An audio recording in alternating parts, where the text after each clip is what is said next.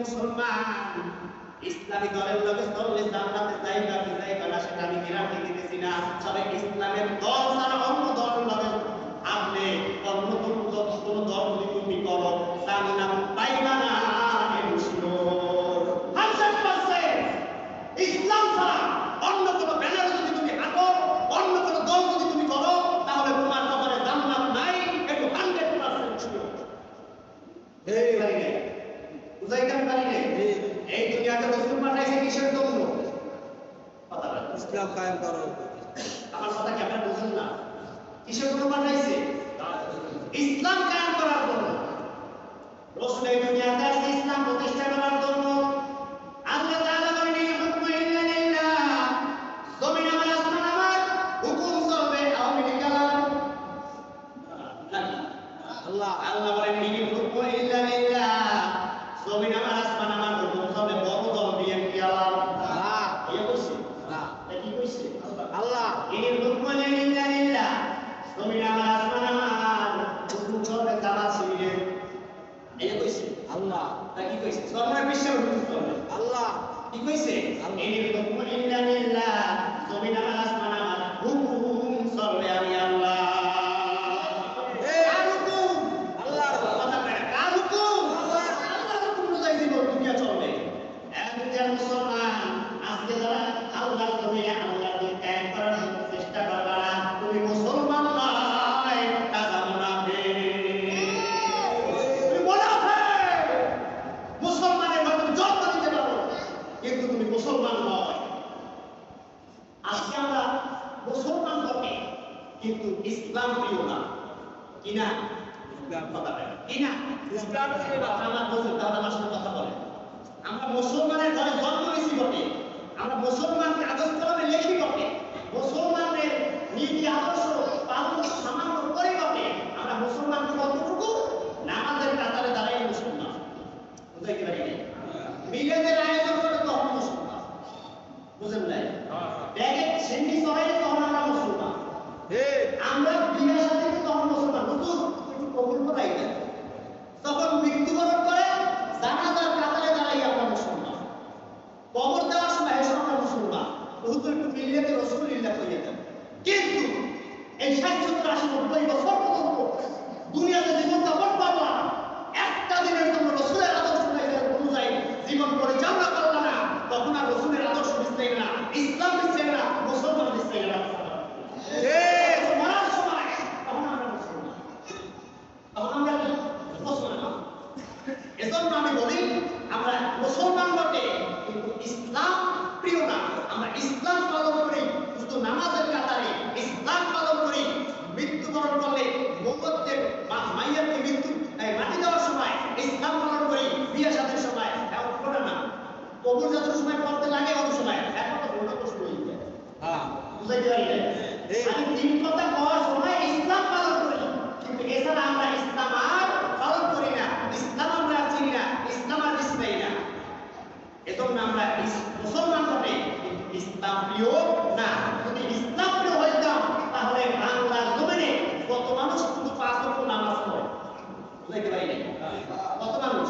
যে কয়জন মানুষ 5 ওয়াক্ত নামাজ বাংলার জমিনে পড়ে, এরা যদি শুধু ইসলাম প্রিয় হইতো, বাংলার জমিনে কোরআনের শাসন কায়েম হয়ে থাকতো। যে কয়জন মানুষ আল্লাহকে সিজদা দেয়, এই কয়জন যদি ইসলামের পক্ষে থাকতো, তাহলে বাংলার জমিনে কোরআনের শাসন কায়েম হয়ে যেত। নামাজ পড়ে এই জায়গা ওপরে যাইয়া বেইমানি করে নামাজ পড়ে মুসলমানের নামাজ শুনলাম, বলতে যাইয়া কবর জায়গায় ওই পাশে গেলে কয় ইহুদি খ্রিস্টান নেই না, তখন ছায়া যায় সমতার মালিক দ্বন্দ্ব, আর ভিত্তে ঢুকলে আলো। বুঝাইতে পারি না?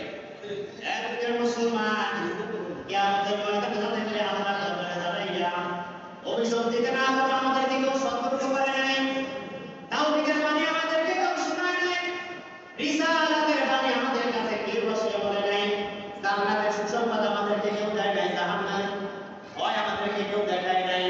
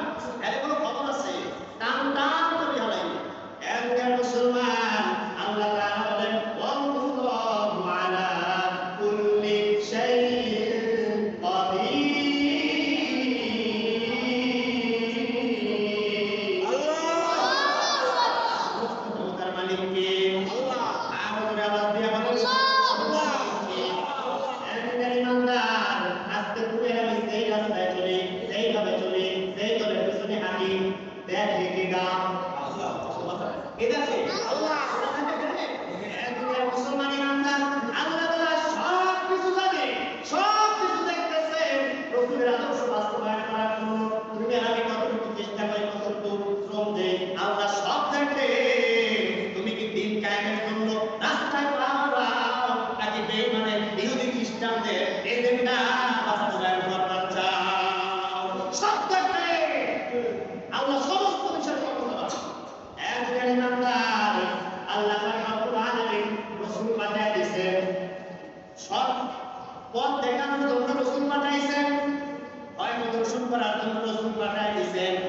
এখন আমাদের খুশি হওয়া দরকার, আনন্দিত হওয়া দরকার, যাতে করে আমরা আল্লাহর পক্ষ থেকে রাসূল পাইলাম, রাস্তা দেখানোর একজন পাইলাম, আমল দেখাই দেওয়ার জন্য আমরা একজন পাইলাম, জাহান্নাম থেকে ফিরাবার জন্য একজনকে পাইলাম। আল্লাহ তাআলা এবার বলেন, কুল বিফাদলিল্লাহি ওয়া বিরহমাতিহি ফাবিযালিকা ইয়াফরাহু হুয়া খায়রুম মিম্মা ইয়াজমাউন।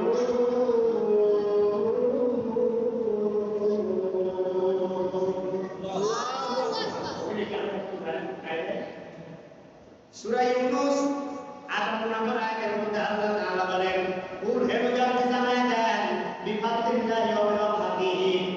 ওটা আপনি বাবা অবশ্যই আর কেন কুল বিফাদলিল্লাহি ওয়া বিরহমাতিহি, হে রাসূল আপনি জানায় দেন আমি আল্লাহর পক্ষ থেকে তোমরা অনুগ্রহ পাইলাম, রহমত পাইলাম, এজন্য তোমরা খুশি হও। মুফাসসিরিনেরা আয়াতের ব্যাখ্যা করেন পাঁচজন শব্দ দ্বারা কোরআনকে বুঝাইছেন, পাঁচজন শব্দ দ্বারা রাসূলকে বুঝাইছেন, তাদের রহমত দ্বারা ইসলামকে বুঝাইছেন।